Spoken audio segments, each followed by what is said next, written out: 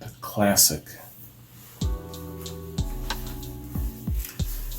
jazz rock sound of Steely Dan. That's Steely Dan in their best form right there. Here at the Western World. Excellent song, man. Excellent song.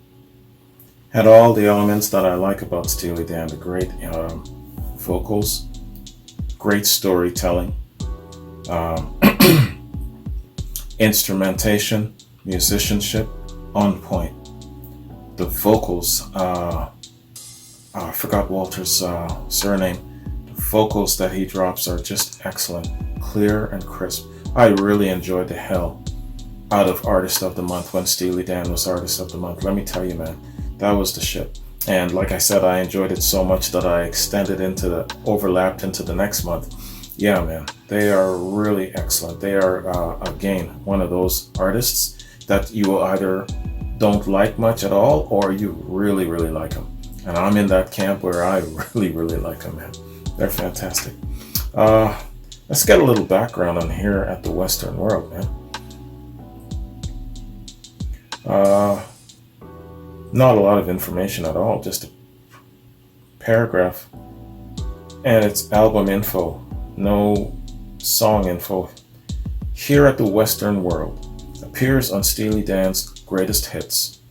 Greatest Hits is a compilation album released in '78.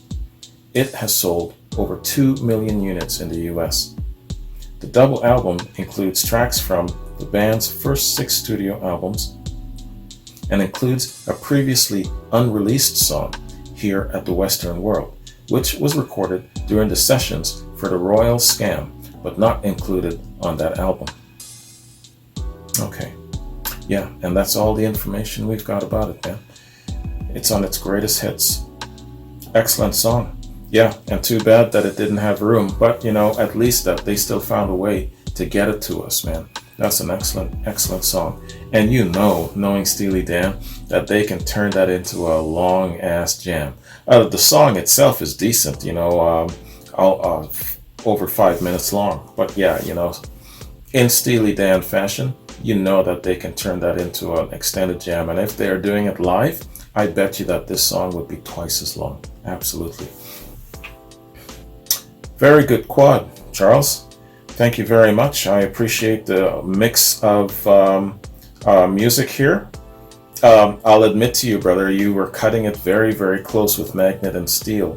I consider it a classic song. I consider it a really nice, easy listening rock song, but it's cutting it very, very close to a sappy love song.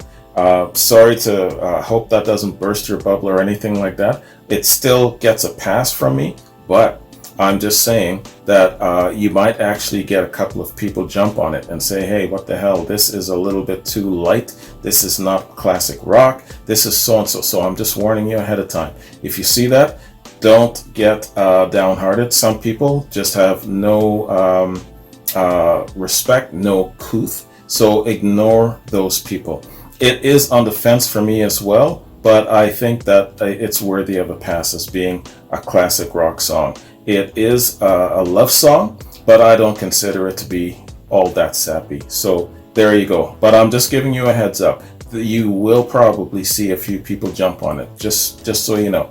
I'm just scrolling down here before I bounce, man. Just checking my notes, see if I left any notes for myself. Yeah, basically I've got more quads coming up, man. Jupiter, a year quad is next, man. Joseph, John, Rhymes with Teeth, just quads all over the place, man. And I'm also going to be doing some album reactions, some full album reactions. As a lot of you know, what I had done is I had republished the gold package. The gold package on Patreon allows one to ask for either a quad reaction or an album reaction. So the gold package is now available on Patreon for that, for those of you who still insist on having an album reaction. And I understand that, sometimes, hey, it's best to listen to these tunes in the confines of an album because every single song matters. Kind of like with the Pink Floyds, for example, when they're chained together. Or if you feel the need that, yeah, man, this has to be experienced as a full album, well, there you go. Now it's available to you. I didn't want to just completely shut that door.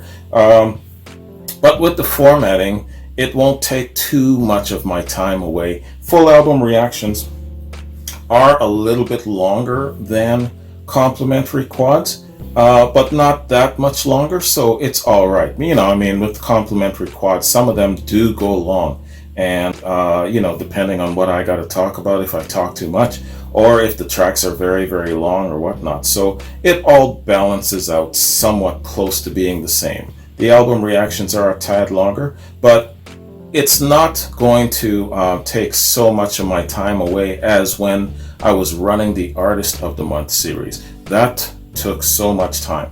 And so there you go. So I think that that's a really nice middle ground compromise with the Artist of the Month not being in the shoot where I'm not always running behind, where I'm not always, oh man, I got to get a reaction out. I got to make sure this. So I don't have that pressure anymore. But at the same time, we still have the ability to do full album reactions. So I hope that helps and that pleases some people. All right. You know who I'm talking to. All right. So, man, that is my reaction to this really excellent quad. Good assembly of songs. Charles, I appreciate it very much. Get back to me in regards to your favorite Paul McCartney song. I'm very curious. What's your favorite Paul McCartney song? Do you have a memory attached to it? What's your favorite Beatles song? Is it a Paul McCartney song? Let me know. That would be quite interesting. So, what else was I going to say? Yeah, that was it, basically. Just my updates on my quads and what's happening on the Patreon platform where it comes to the gold package, and that's it, man. So you guys have yourselves a good one. Thanks for joining me. Hope you like this reaction. Take care, and I'll catch you in another quad. Peace.